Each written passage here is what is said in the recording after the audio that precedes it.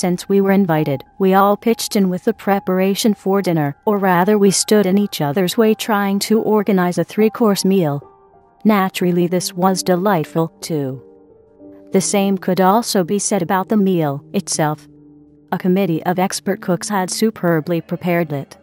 We had shrimp from a can for a shrimp cocktail, spinach from Ross' garden, roast beef from his freezer, cake that Heather had made in the morning, and in between a bottle of wine from Ross' cellar, the bottle that he had offered earlier, a spicier red wine from a small winery in the Napa Valley some 2,000 miles away at the opposite end of the country.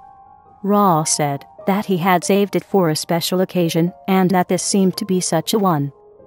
With the meal concluded, Ross suggested that we should also consider staying for the night since the storm was brewing up into something much bigger than had been forecast on the weather report. He made some phone calls to confirm that the pattern had changed. The clouds became darker by the minute, moving in much faster now, accompanied by lightning. White caps could be seen on the water. "This is no time for camping," said Ross. Ross and I had left the balcony where the dinner had been served to report to the weather service that the storm was bigger than expected and was pulling white caps on the open waters. Ross felt that a small craft warning should have been issued. He had a small telescope set up that he used for measuring the movements of clouds to calculate the wind speed. I voiced my astonishment that this was possible. "It's nothing accurate," he said, and pointed to the ceiling. "There is a small tower on top of the roof that contains the real instrumentation. I only calculate the variance between that and the open sea." Heather, Tony, and Sylvia were busy clearing the table and finishing up in the kitchen. The dishes were already put away when I brought the empty wine glasses back. Heather had refilled them again to use up the little that had been left from dinner. She called to Ross and suggested that we should join them on the porch once we were done making the weather report. Ross agreed, but added that he first wanted to show me some more of the results of his latest research work. After the weather report call was made, Ross asked me to wait in his office for a moment while he went back to the kitchen to get us some more to drink. "Is orange juice all right?" he called back. I told him it would be great. While he was gone, I overheard Sylvia on the balcony speaking with Heather. The conversation was about me. "You don't need to apologize for what has happened," said Sylvia to Heather. "I wouldn't dream of it. I had the most wonderful time in my entire life during those days with Peter," Heather replied. "Something like that doesn't happen to one every day. I will never deny something that was so precious to me, but I can't tell you more than that." "No, please don't. You probably wouldn't understand what I mean," said Heather. "I can hardly understand it myself. You're married to him, but I love him just the same. This was the first real love I ever knew. I think you will never know what it took that day to leave him on his way back to you. Running off was the only thing that I could do." "Don't forget that we are in love, too," said Sylvia. "Of course you are, but that's not the way it was when I got married to Winston," said Heather. "What a slavery that was. For Winston, everything was allowed because of my marriage to him, everything cruel, that is. Love was no longer a factor. I was a piece of inventory under his control. He said at one time, 'Once you're married you don't need to be in love.' I can tell that your marriage will never be like that. Pete would never dream of saying such a thing to you, or to anyone else. I could feel that he was in love with you, even then, both with you and with me, and with others too. Winston, on the other hand, had 4 girlfriends, and I'm sure he loved none of them. He said it was his right to have them. I can't imagine Pete ever saying a thing like that, not even about Ursula Fleischer. Nor did I feel cheated when Pete talked to me about you, or about her. It was nice to feel his love for you, and for Ursula, because I realized that he felt the same about me. I even have a hunch that he may have come to love you more, because of me. It's just a feeling. Something that was growing while we were together." "Pete told me that loving you was the most natural thing," said Sylvia. "I think it had something to do with what had happened to him in East Germany," said Heather. Did he tell you much about East Germany? Said Sylvia. Heather nodded. I could see her reflection in the glass of the hummingbird feeder. Tell me, did you feel cheated in any way when he told you about what had happened in East Germany, though it happened only a few days before? Asked Sylvia. I've always felt cheated by Winston, never by Pete. It was exciting to hear Pete talk about his experiences, to hear him speak with such deep respect about other women. How could I feel cheated by that? It was nice to be able to sense what he felt, to sense the passion in his love, the joy, and the warmth, even to sense that the passion for love had not died out in the world. It was marvelous to listen to him, to the way he spoke about Steve and his wife. But then I wasn't married to him. Maybe you felt differently. Did the thought of it make you angry? Sylvia nodded. I can understand this, said Heather. It's a natural reaction if one believes what we were taught. Winston certainly was big in demanding his territorial rights. I think it gave him a sense of security, owning me, not having to worry about my reactions, as they were guaranteed to him by contractual loyalty. I think it gave him a sense of status and power. But he never knew the price this exacts from another. Maybe that's why there are so many divorces. You were divorced, then? Heather shook her head. No, at first I buckled under, said Heather. Life became agonizing and dull. It's terrible to see one's sensitivities go out the window. I became irritable. Finally, I couldn't deal with the least bit of stress anymore. But it wasn't all his fault, he had a lot of stress to deal with. Heather started to tell Sylvia all about Winston, how he went from their university to the steel industry, as a process engineer. A year later he got laid off when the steel prices eroded. We were barely able to hold on to our house, said Heather. He was rehired only once after that. He was hired for a brief period to oversee the demolition of 6 brand new unused blast furnaces, which the company could no longer afford to pay taxes on.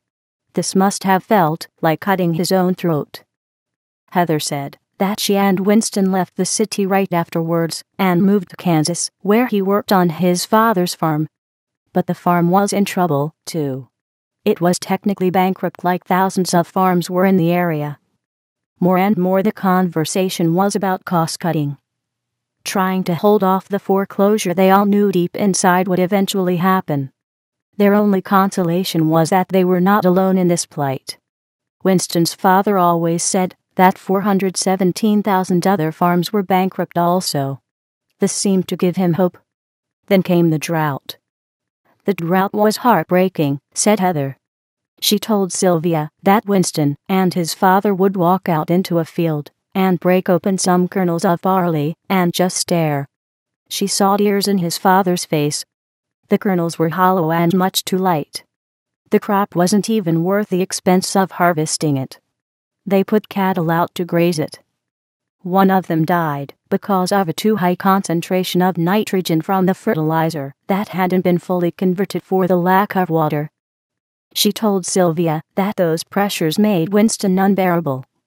He became mean, swore at her, and even hit her. But this wasn't the reason she left. She said that the final straw was his father becoming involved with the new Unity Church that was catering to financially troubled farmers.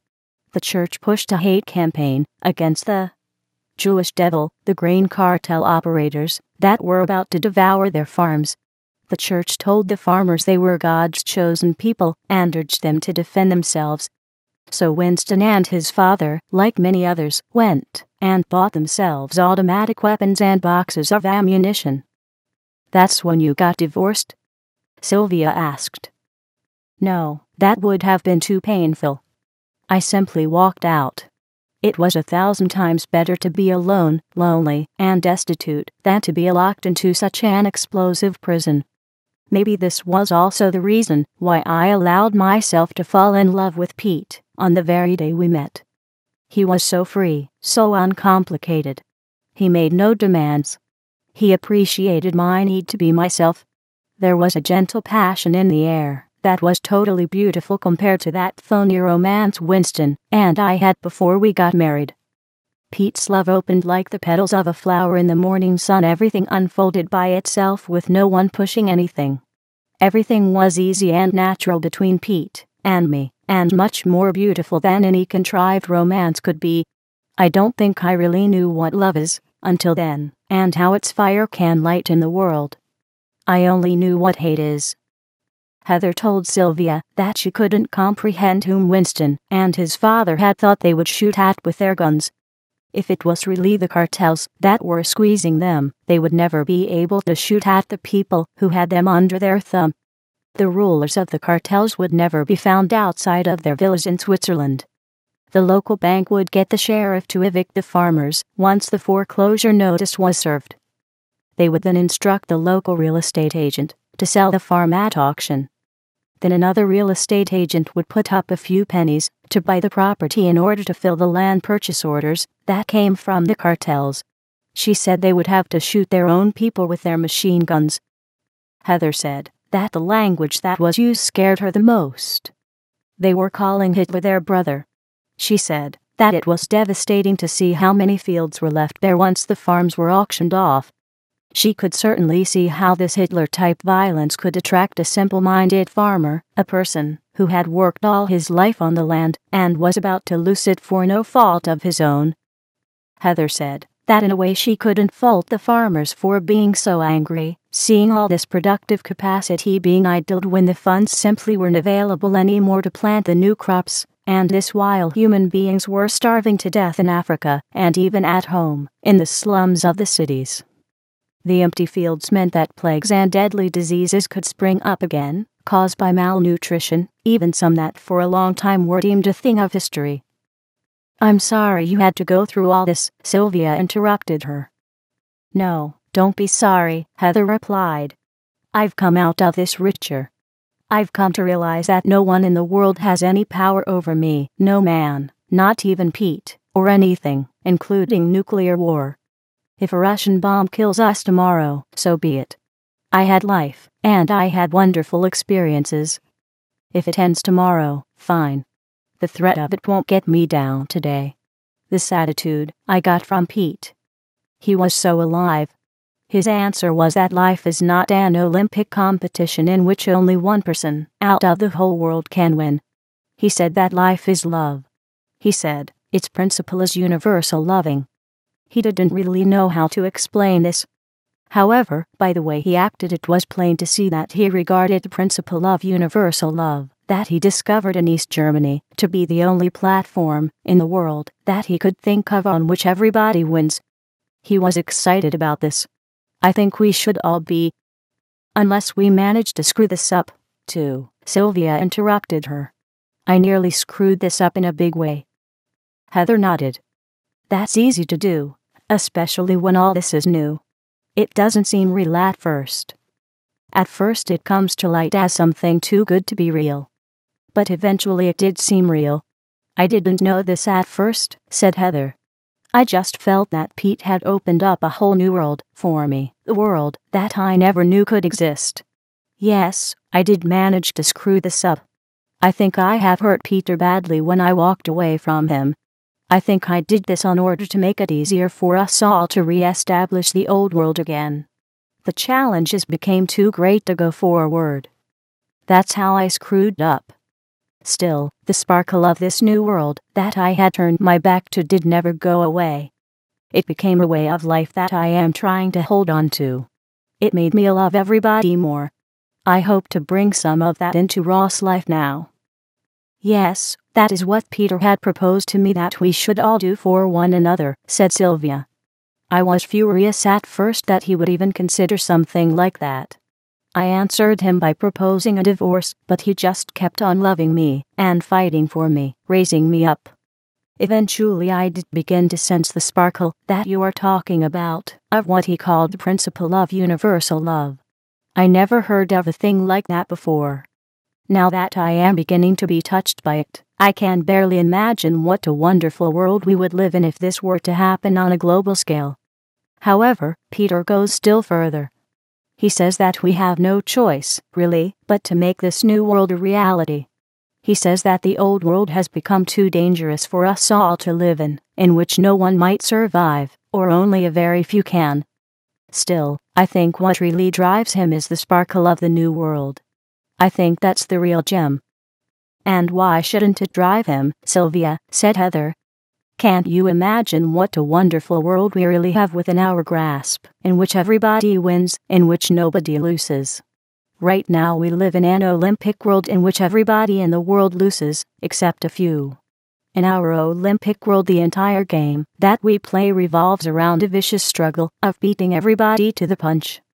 That is why nobody wins. Can you imagine what the world will be like if this becomes history, and we support one another to such a degree that everybody wins in life? That's the sparkle that I saw in Pete, which I want to see everywhere. That's the new world that I want to live in as much as possible.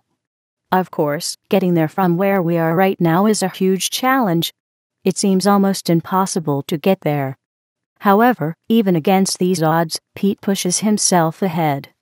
I think sometimes he is quite scared about it, actually. Sylvia nodded reluctantly. Heather began to laugh. Let me tell you about this strip joint in Key West, she added. We came to this place without knowing what it was. Pete didn't walk out when he discovered what the pub was that we went to. It had featured live music for lunch and had been recommended to us for its renowned fish fillets. Peter didn't seem to be taken aback that it was also a strip joint. Instead of being embarrassed, he merely commented that the people in this place were probably more human, honest, and open to life than the entire Admiralty had been that had been squeezing information out of him for a week during the debriefing sessions, demanding information about East Germany that would betray the very people who had been his host. I noticed with some surprise when I heard Sylvia and Heather talk on the balcony that Heather sounded like Clora the stripper. She even suggested to Sylvia that I probably would have invited her and Tony to this pub for that very reason if I had known this to be a strip palace, which I didn't. Yes, she had figured me out all right. Even under those circumstances, it was nice to watch Pete enjoy life on MP did, said Heather to Sylvia. Of course he would never admit that he really enjoyed what he saw, at least some of it. He played the old game that one isn't supposed to enjoy that sort of thing in the presence of a lady. Fortunately, he played the game poorly. I just couldn't help loving him for whatever he did, she said. Life is too short to let anything that is so intrinsically good slip away in self-imposed poverty, don't you agree? Their talking stopped right after that. I couldn't see why. I couldn't see the balcony from where I was. But I could see their reflection in the hummingbird feeder. They were embracing one another. Would you like to spend tonight with Pete again? Sylvia asked quietly. If he still wants me, Heather replied in a happy voice. It's up to him. There is a principle that Pete has become concerned with lately. He says there is a principle in their universe that appears to be fundamental to civilization. By this principle, the needs of the one outweigh the needs of the many, because the fulfilling of the needs of the many rests on the same platform on which the needs of the one are fulfilled. He says that once this is understood, a renaissance will erupt in the world that has love as its foundation from the grassroots level up. He says this foundation stands on 3 pillars. One is the universe, and the principles by which it exists. The second is mankind, by which the principles are applied. And the third is the science of truth, with which the principles are discovered. He stresses that these principles are not empty, but profound, and powerful, and fulfilling. And wrapped up with love rather than isolation and division. He didn't say anything like that when I met him, said Heather. He didn't stand still, said Sylvia. And he is adamant that neither should we stand still. He says that whatever we imagine to be possible in mankind's distant future is possible today, because the principles for it already exist. He asks why society should wait 1,000 years for a bright civilization, when the resources already exist to have it right now. And he says that the same applies in the social domain. He says reality is now. He says that whatever we can imagine to be possible in the future based on recognized principles, we should implement now. Why wait for 1,000 years if we can have the future now? If he had said this to me in the days of the sandcastle, I wouldn't have dreamed of walking away, and if you have known this then, you would have invited me to stay in your house for as long as I had a need for it, said Heather. I guess I am inviting you now retroactively, said Sylvia, which I would not have been able to do then.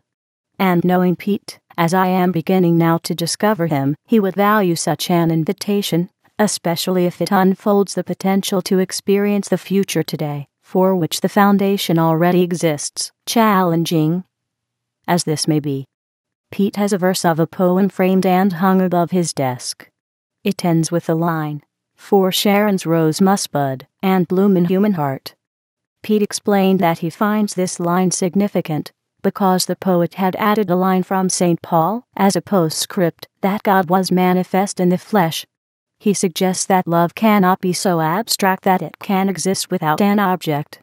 He says that if we love one another, God, or the Spirit of the universe, dwells in us, and its love comes to light in us, as St. John had put it. This means that love is something immensely big that we should never block, but pave the way towards us experiencing ever more of it. Maybe that is what Pete had challenged me to accept already then during the few sandcastle days we had together, said Heather. I think we had dared to live this spirit of love without either of us being aware of it. The outcome was evidently greater than us, that neither of us could comprehend. And so you came to an impasse, said Sylvia. No, I think the impasse came from the old world. That was still in control, said Heather. The closer we came to Pittsburgh, the stronger the impasse became. The old world is filled to the brim with unresolved issues, and potentially explosive and scary ones. I think Pete could sense this too, even though he couldn't admit it. My running away at the sandcastle was hard to do, but it was done out of love, to protect you both. Love demands this protection. This is what keeps love alive. At least that's what my experience had been. I think Pete felt something similar after the shock wore off, and maybe you have felt something of that love too. There was silence after that. Luckily Ross came back into the room at this point, carrying a pitcher of freshly made orange juice. I was feeling increasingly uncomfortable by then, having become the object of discussion on the balcony. I needed an excuse for going out there to stop the girls discussing me without me being a part of it. I felt that I needed to add a few items on the subject, about the powerful elements that had made those days precious. When Ross came into the room, I latched onto the first thing that came to mind as a diversion. I could see a boat a few miles offshore that was caught up in the storm, the only boat that I could see. Say, Ross, take a look out there, I said, and pointed to the water. There's a boat in front of our bay. Isn't it dangerous for them to be there in the bad weather? If the storm gets worse, I pointed to a fishing boat. The small boat seemed vulnerable. I could see whitecaps forming. The storm had already caught up with it. Do you think the fishermen might be in trouble? I said. Shouldn't we go onto the balcony and take a look? Maybe they need help from the Coast Guard. Ross turned around instantly and looked out the window. He looked stunned. He set the pitcher of orange juice down onto his desk and the glasses he had brought, without taking his eyes off the fishing vessel. He muttered something indecipherable that sounded like, "My God, here we go." He turned to me seconds later. That's not a fishing boat, Pete. He had stopped smiling at this point. His face had become tense. This is a Russian surveillance ship, disguised as a fishing trawler. Damn. They shouldn't be so close to the shore. Ross grabbed a pair of binoculars that were hanging near the door of his office and rushed out onto the balcony. I followed him. There were no other boats visible, as far as I could make out, looking up and down the coast. Ross, though, was focused only on one single spot, where the boat was. Damn! He shouted some moments later and slammed his fist onto the glass panel railing. I was suddenly beginning to wonder what kind of coastal surveillance duty Ross was involved in. He had called the fish boat a Russian surveillance ship. He stood on the balcony looking at the boat, like a naval commander overseeing a battle. "Here, take a look," he said, handing the binoculars to me, then shaking the hand that he had hurt hitting the railing. "That's a Russian boat, all right," he said to me. He rushed back inside. He said something about having to telephone. "It's too heavy," his voice came thinly from his office. "No, our fishermen aren't that crazy to stay out in a storm like that." He closed the door while he spoke on the phone. The boat seemed to be in trouble. I gave the glasses to Heather and then to Sylvia. Moments later, Ross called us all into his office. "We'll watch them with the big telescope," he said. He was considerably calmer now. He turned the lights off in the office, opened both windows, and removed the black velvet cover that had hidden a large reflective-type telescope. He aimed it carefully towards the boat. It was an exquisite instrument, finished in velvet black and chrome. I couldn't see a scratch on it. He had it mounted on a heavy table. I was just about to comment on it when Sylvia and Heather came into the room. "It looks like the boat is sinking," said Heather urgently as she came in. "Shouldn't someone radio for help?" "It seems to me they have lifeboats in the water beside them," said Sylvia. Ross ignored them both. I gave the binoculars to Tony. He simply shook his head at what he saw. Within seconds, the telescope was outfitted with a video attachment and a computer-controlled tracking device. Ross opened a closet beside his desk that contained the electronics for the thing and a large screen. "All right then, let's see," said Ross while the computer was scanning for the fishing boat. "I suppose we will know in a few seconds whether the boat is sinking or not," I said to Ross. "Pray that it is sinking," Ross answered. Within moments the boat came into view in perfect focus. What we witnessed seemed remarkable to me, considering the relative darkness and the poor weather that was upon us by then. Ross operated the computer, zooming in so that the boat filled the entire screen. Then he switched to what he called image processing, and the boat stood out in even more perfect detail. It was rather chilling to watch a Russian warship with such a detailed clarity. We could see the individual sailors on board. The boat certainly wasn't sinking. "Look at this," Ross said. "It's one of the spy ships of the Soviet Northern Fleet. They have lots of these." He told us while we watched that the Soviet's Northern Fleet is the largest of the 4 fleets of the Soviet Union. It is based at Murmansk on the Barents Sea, with the bulk of it being based farther south on the north side of the Kola Peninsula, at a gigantic complex of naval bases and support installations that constitute the greatest concentration of military power anywhere in the world. Just look at the shape of the antenna on the lower stern deck. It is part of a high-speed data link using satellite communication facilities. From there it goes all the way back to the Kola. He told us that the Kola complex is 60 kilometers long and includes 16 complete air bases, all with runways of over 2,000 meters. It's the hub of the Soviet northern flank and possibly the most defensible military installation on the planet. The area is remote from population centers, tucked away behind northern Finland. It is superbly protected against air attacks by its location hidden between mountains. It is also protected against any possible naval intrusion by being located at the end of a rather large inland sea. He said the Kola is also the most forward air defense center the Soviet Union has against strategic bombers using the polar route from the USA against the Soviet heartland. It certainly was amazing to realize how much was tied into the little fishing boat that we watched. "They might be watching us on TV at the Kola," Tony joked. "They could very well do that," said Ross. "They're watching the entire coastline, especially up here near the Norfolk naval installations." "They wouldn't be equipped with nuclear or missiles?" Tony asked. Ross shook his head. "Information gathering is the reason for being here. In a 10-minute nuclear war, the precise timing of everything makes all the difference. They are monitoring everything that goes on."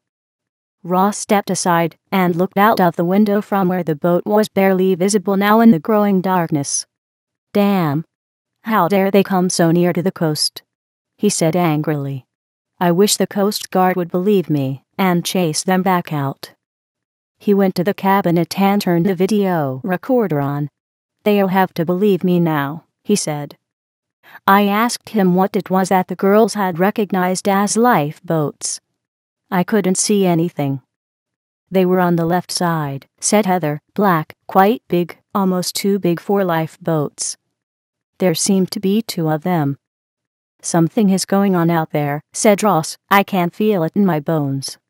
Something doesn't add up." He went to the telescope again and added an infrared filter. The image processor adjusted itself accordingly. Suddenly Sylvia and Heather shouted in unison, "There it is!"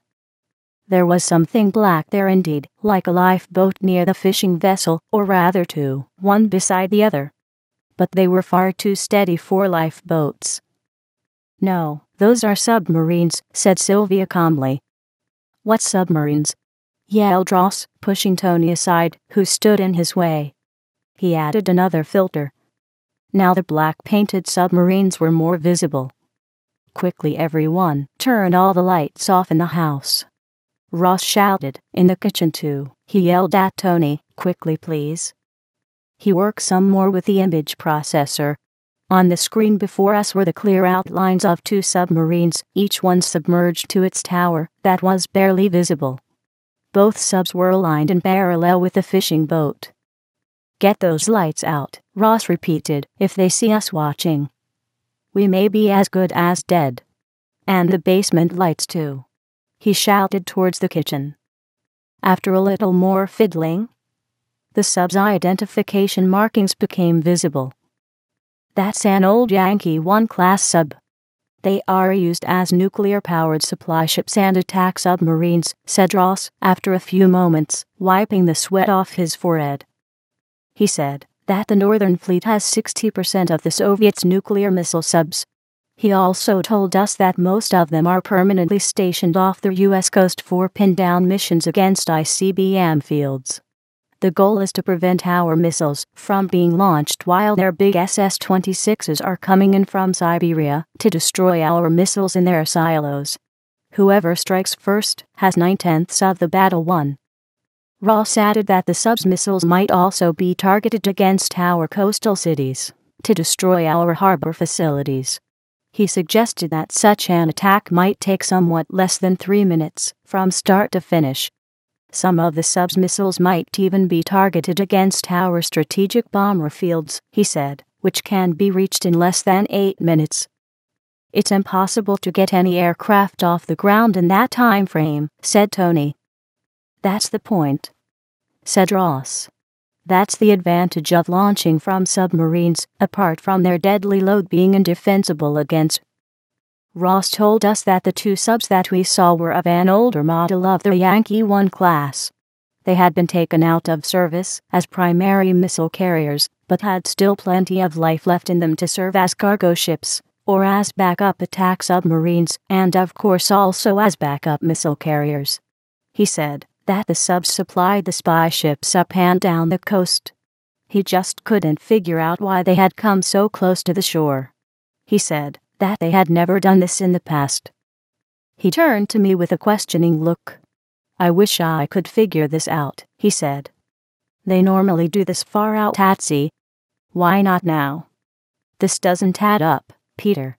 It doesn't look good." "Perhaps the sea is too rough farther out," suggested Tony. Ross agreed that this might be the reason. "Let's hope you're right," he said. He added quickly, though I doubt it. Nothing much happened while we watched. It seemed as if they could see us watching them, and that they were now waiting for the darkness to settle in. The trawler and the subs might just be communicating, Tony surmised.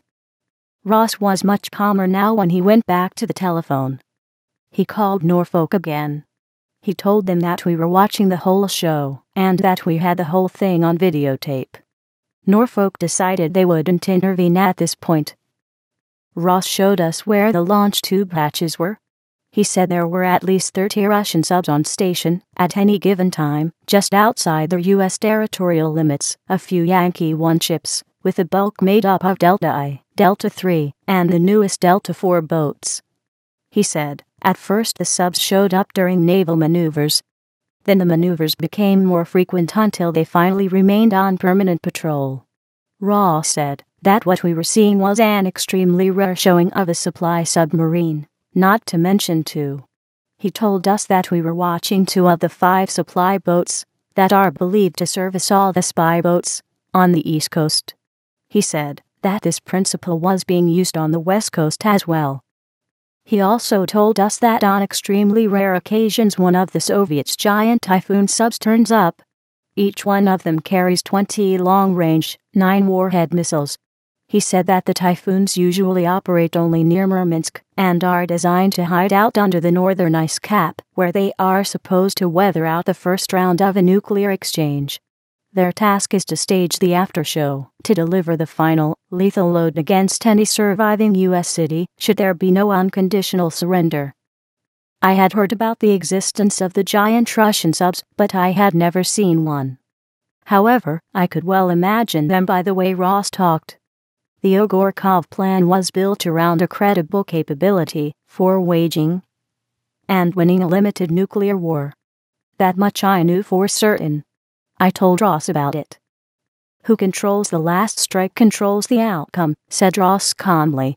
This is the law of the game. The Russians are totally aware of this. Expert chess players know how the game is won in a tight match. When this episode started, I was tempted to ask Ross what organization he worked for. This large log house, the expensive equipment, none of that existed just for some ordinary Coast Guard duties, stargazing or birdwatching. I felt he might be working for the Navy. I was curious. Are you CIA or Navy? I asked him. But I was 1 second late. At this very moment the submarine closest to the spy boat began to unload cargo. A long crate was hoisted out of the tower by a temporary crane. The crate must have been 15 feet long. It took 3 sailors to steady it. As soon as it cleared the hatch, the crate was lowered onto the deck of the sub. A torpedo? Tony asked. Don't be naive, that's a missile, said Ross. He reached for the telephone without taking his eyes off the screen. He had one of those programmable telephones. A single button did it all. Come on, he said impatiently. As soon as the crate rested on the deck of the submarine, hooks were transferred, and it was lifted off again from there by the fishing vessel. The crate appeared heavy and difficult to handle in the rough sea. The fishing vessel was also a great deal less stable than the sub. It lifted the crate momentarily, then bounced it back onto the sub's deck as the ship bobbed up and down in the heavy swells. The crate also bumped against the sub's tower twice, but it didn't appear to have been damaged. We stood petrified while this drama unfolded. I think we instinctively knew what this meant. No one dared to say it out loud. If this type of cargo transfer was happening all along the coast, we could be witnessing the prelude to the end. That's what I was thinking. I had asked Ross earlier if the Russians had the capability to win a nuclear war. If they play their cards right, yes, had been his answer. Come on, shouted Ross more and more impatiently into the telephone. No, damn it, I want the operations desk, he yelled into the phone. No, not that idiot. Give me Captain Simons. No, damn, it can't wait. It's urgent, I tell you, hurry. Tell Jack, Ross is on the line. He waited again. The minutes must have seemed to him like an eternity. They certainly did so to me. Okay, Jack, listen good, he started to say in a loud and firm manner. I'm watching a Russian trawler some 3 miles outside of my place. He is taking cargo from a sub, a big, great, long, heavy, something quite big. It looks like a cruise missile. I want you to call Navy Command Center and the Air Force. No, damn it, I can't get through. So you must do it for me. They have put me on hold and turned that damn music on. Innocent. Sure, it may be totally innocent.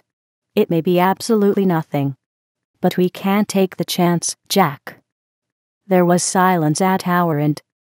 No, Jack, it doesn't look like a crate of engine parts. The crate is over 15 feet long. It looks like a packaged cruise missile. No, Jack, it appears to be too small and too light for a ballistic missile. You don't think it's a missile? Believe me, it is. Get Fred involved. No, I don't want to call him from here. I don't want my line tied up with bureaucrats in Washington. I need you to act as my communications center. You guys are more important to me right now. Oh, you got Fred already. That was quick work. What does he think? A cruise missile? Yes, that's what we thought. Gosh, I hope not. Hold it, Jack. Hold everything. Damn, here comes a second one out of that sub. Yes, you heard me swear. I said they are hoisting another crate out. Yes, it's the same size and shape. No, it doesn't look like fuel or engine parts. I told you that. Okay, that's a good idea. I agree, you should alert NORAD. Right, Jack? No, don't you dare. Have you gone mad? What can you do by yourself with a Coast Guard cutter against a modern submarine? Do I see guns? No, I haven't seen any guns. I'm sure though, they have guns on board. What do you mean it is your duty to go and investigate? Let the Air Force go out and take a look. Ross put the receiver down and shook his head, but he didn't hang up. He slammed his fist on the desk, angrily. That idiot is getting himself killed, he said bluntly. The Coast Guard is on its way. What the hell does he think he can do with a Coast Guard cutter? Jack's way out of his league, messing with nuclear subs. The second unloading operation proceeded much smoother than the first, and at a more hectic pace. The weather had become worse, and by the looks of it there was more to come. Those guys are insane, commented Ross. Look at the waves, and the spray whipped up by the gust. It was quite a show. It was a miracle the sailors weren't blown off the deck of the sub. How they managed to guide a heavy piece of cargo out of the hull and transfer the hoisting hooks in midair in a storm like that was unbelievable, but they did it. Ross reached for the phone. Listen, here comes the third crate now. It is coming from the second sub. What do you think is going on? A first strike. I close my eyes. The Ogorkov plan is for winning a thermonuclear war. Its maximum option is a blueprint for a calculated first strike attack. Whoever calls the first strike controls the battle, I remembered Ross saying. No sir, I heard Ross answering the phone again. No, I didn't tell Jack to go out. I specifically told him not to go. I have witnesses here that can confirm that. Jack went on his own. Can you call him back? No, I don't believe the Russians have spotted him yet. But I don't know, what did my boss say? He thinks the situation is becoming delicate. God, he has a way with words. It's damn scary if you ask me. Isn't anyone doing anything? No sir, Jack may force them to do something rash. I hope you can call him back, sir. No, please don't hang up, I'll stay on the line. After the third crate was dangling over the side of the fishing boat, before it was even lowered onto its deck, the second sub's tower crane was being disassembled. The first of the subs began to submerge. Then the second sub slid out of sight. The wave action caused the crate to hit the deck of the fishing trawler apparently quite hard. After all the lights were turned off. The trawler was barely visible now. It had become dark. We could see only shadows. Ross managed to increase the contrast somewhat. The moving shadows were obviously people. One was lighting a cigarette. The match looked like a flare. Then there was a sudden commotion. Within seconds an old F-4 Phantom appeared low under the cloud cover, a mere shadow. It flew less than 100 feet over the vessel as far as I could make out with the binoculars. The Phantom disappeared and came back for a second run. During the two overflights nothing was moving on the boat that we could see on the monitor. They must have picked the F-4 up on radar, said Tony. Seconds later the frantic activity started again.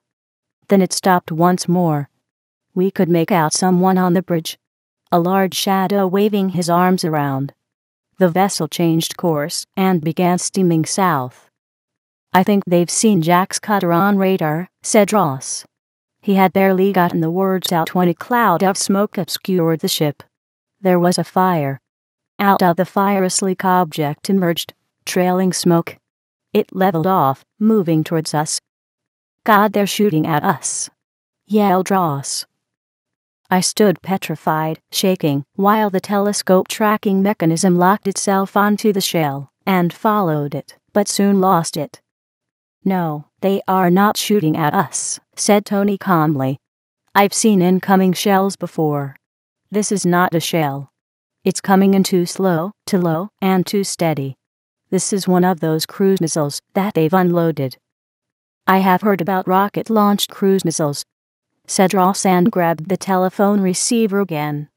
"Sir, one of the missiles has just been launched," he said calmly and quietly, as if he was in awe of it, or as if he felt that all hope was lost. "This means the war is on," he said quietly. "No damn, the war has been on for years." I shouted at Ross and ran outside onto the balcony to watch the cruise missile fly by. Hello, did you hear what I said?" said Ross, almost shouting into the telephone once again. I could hear him on the balcony. "Yes, I have said the Russian trawler has just launched one of those damn cruise missiles that they received. The shock must have worn off."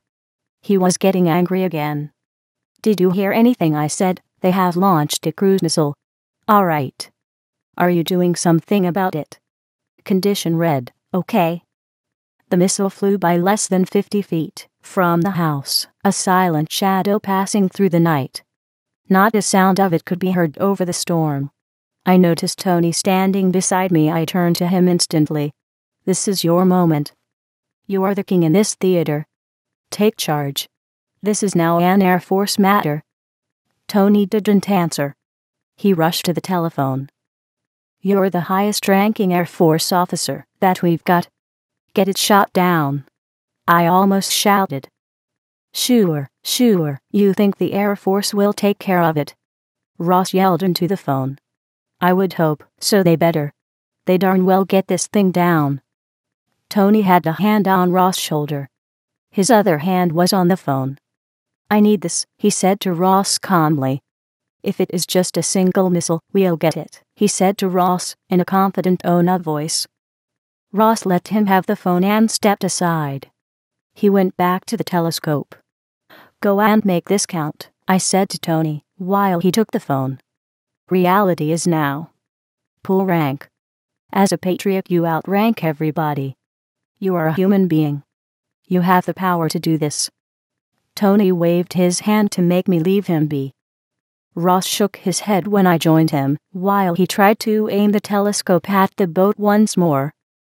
"The cruise is probably aimed at Norfolk," I said to Tony as loudly as I could without shouting. The phone was located at the back of the room on Ross' desk. No, Norfolk makes no sense," Tony replied while he was waiting for his dialing to get through the system. "Hitting Norfolk through the back door is strategically irrational," said Tony. "If they go to the trouble of using this backdoor route, they'll go for the big fish, not the minnow. It makes perfect sense for them to go for the big one through the back door. And the big one, that's Washington. They obviously assume that the front door will be watched. This leaves them only." He stopped in mid-sentence. "Dagmar? Tony here. Listen good, Dagmar. This is serious. There is a cruise missile on the way to Washington. I have seen it being launched from offshore. This is real. You might have a chance to intercept close to Seymour Johnson Base. My hunch is the cruise will pass to the east of Raleigh. But you won't have more than 7 minutes to intercept. If you have any training mission in the air, reroute all aircraft immediately into the area southeast of Raleigh. You might also contact Shaw Base, though I think Shaw is too far away. You might want to call Richmond Base too. If you have a chance, they have some AWACS there that would be helpful. No, you don't have time to go through the command chain. You are the general in charge from this moment on. You have the highest rank, because only you are in a position to do this. You don't even have the time to waste to repeat this message. Of course, if you have someone on shift with you who outranks you, by all means get him to alert Langley Base for you. They've got the 1st and the 307th Combat Wing at Langley, and also the Air Force Control and Intelligence Center all in one place. Langley is right in the logical flight path. What? You have already alerted Langley Base while we spoke? You already have a response? Wow, no one could have done it faster. Congratulations, General Dagmar. What do you mean by being just a night shift communications officer? You are the General-in-Chief in times like that. Tony hung up. He turned to Ross. If this was a technical failure on the part of the Russian, and the Air Force is dealing with only one single missile, you can consider the job done. That's what General Dagmar said. Who the heck is General Dagmar? Ross answered without looking up. I never heard the name Dagmar mentioned before. General Dagmar is my sweetheart girl at the Regional NORAD Control Center. She is the night shift communications officer. She has ordered every aircraft to intercept that is in the air near Johnston Base. She has also broadcast the alert to every station at Langley Base and got 3 replies already. She further alerted the Air National Guard in Richmond. Our best bet is Langley, though. They've got the right platforms. They got wax. They can track this thing with their wax that can guide the fighters right to the tailpipe to shoot the crews down. Dag said, consider it done. She didn't even seem concerned. Of course, if what we saw coming was just a small part of a planned attack, with swarms of these coming in from all sides. God help us then, said Ross and cut Tony off. Ross got the scope tracking the boat again. By then the boat had turned towards the open sea, possibly trying to get away from Captain Simon's cutter.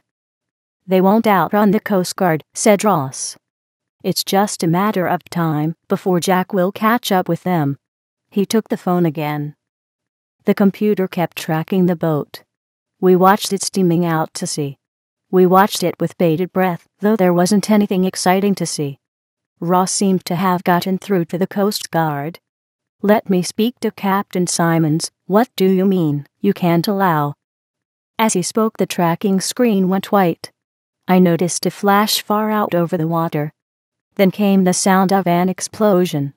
It must have been a huge explosion for the sound of it to travel so far over the wind. When the tracking picture cleared, the boat was no longer visible. There was floating debris. The boat hadn't actually sunk. It had disintegrated as though it had been filled to the brim with dynamite. Ross relayed the event over the phone. No, that couldn't have been Jack shooting at them. You of all people should know that the Coast Guard doesn't carry large weapons, he said.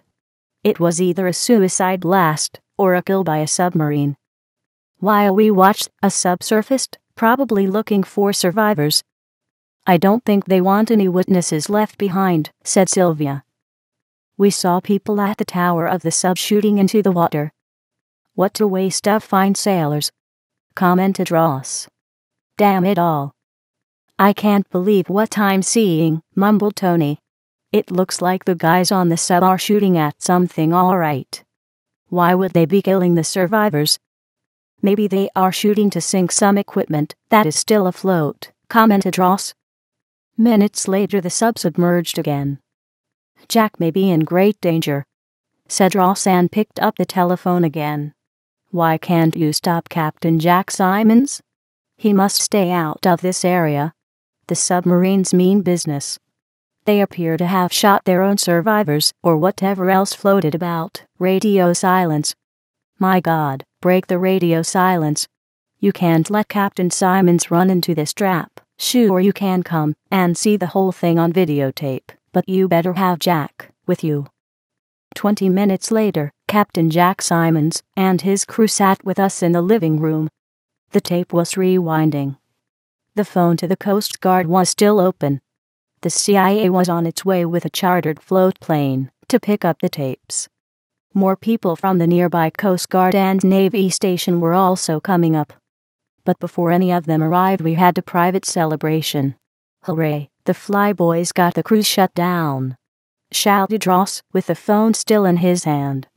They've got it. They've got it. They got it 10 miles out of Arlington.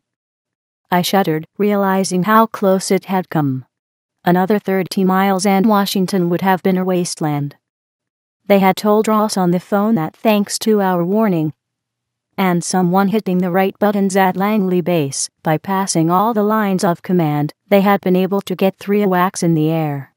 Thanks to General Dagmar, the entire elite fighter team had volunteered. The team from Seymour Johnson Base had established a radar sighting.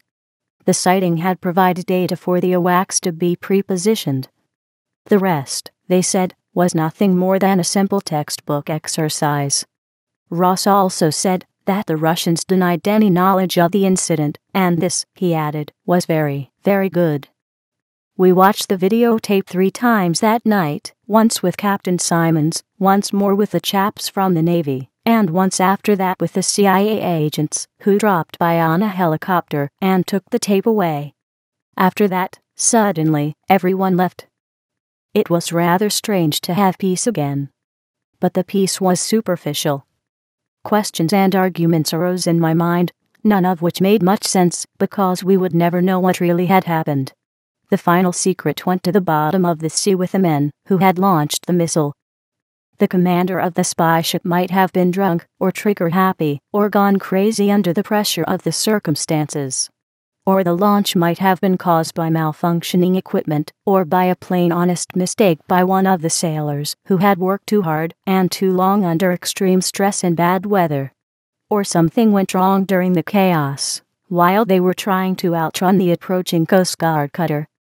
The one thing I found odd, though, was that the Russians didn't alert us that an accident had happened, and more than that, that none of our automatic sensing equipment had detected the cruise. It had slipped by our radar, our sound sensors, and our infrared detectors. Maybe the accident was good for us. Obviously, we needed better equipment with more modern technology. Maybe we needed laser radar technology, or something else based on new physical principles.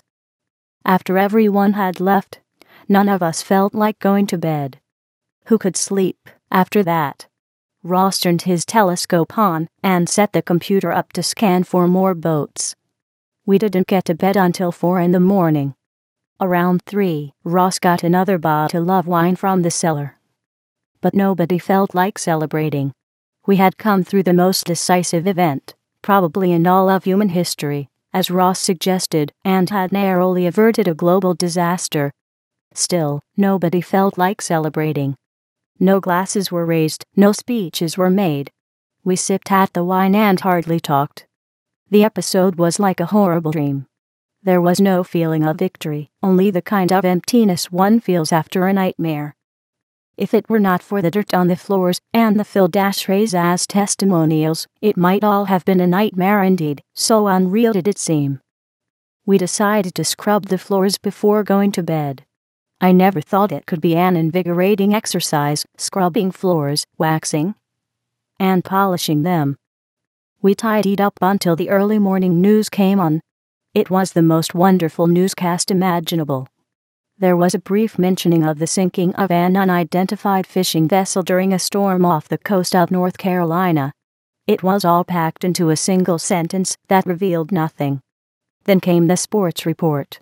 Nothing was said about a Russian missile, about submarines, about the total failure of our coastal electronic detection system. Not a word was said about the entire, narrowly avoided, potential catastrophe. The door was kept open thereby.